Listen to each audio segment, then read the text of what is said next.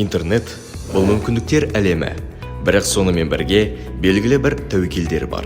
Ең алдымен біз балалардың онлайн кеңістікте әртүрлі қауіптерге ұшырайтынын түсінуіміз керек. Бұл ересектерге арналған мазмұн, зиянкестер, кибербуллинг және басқа қауіптер болуы мүмкін.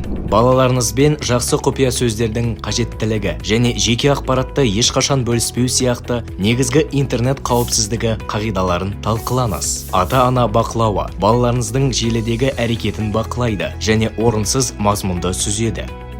Ашық диалог. Балалармен ашық диалог орнату маңызды. Оларға желіде кездесетін жағдайларды түсінуге көмектесіңіз.